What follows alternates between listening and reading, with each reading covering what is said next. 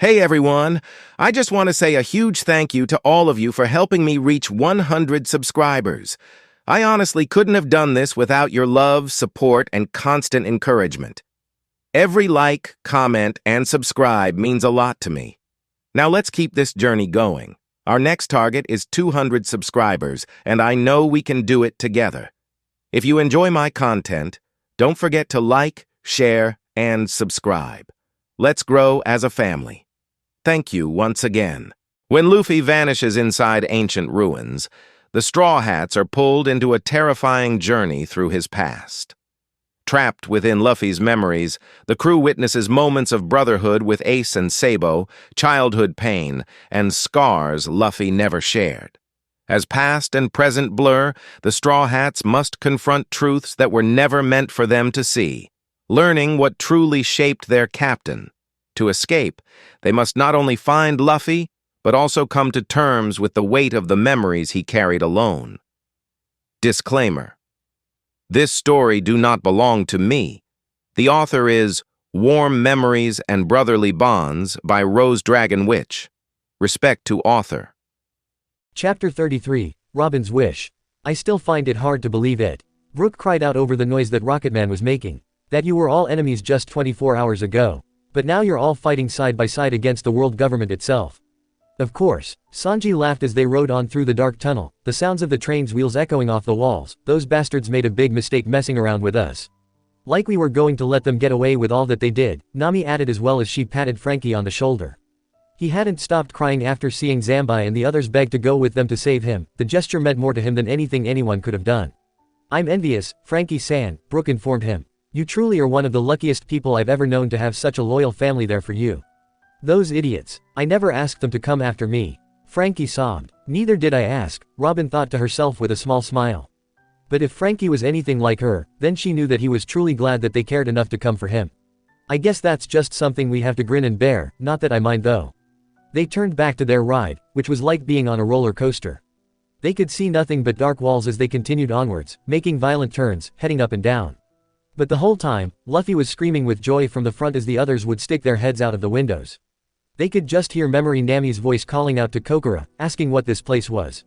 An underground canal. Kokora hollered cheerfully from the front. They launched off very slightly right after that and crashed back down as they continued to ride the tunnel downwards. Luffy got hit hard and was now coughing and spluttering all the water out of his mouth. Hey, Luffy, are you okay? Memory Nami cried in worry once they got their bearings straight. Water in my nose. He wheezed out. What did he think was going to happen if he was sitting up there? Current Sanji whispered as they all shook their heads, a little sweat drop around their heads again. Memory Nami obviously thought the same thing as she screamed out at him, Dua. What did you expect would happen? He never thinks ahead, the present-day Nami said in exasperation as Kokora roared with laughter and called to Luffy to be careful as he continued to cough and look up front again.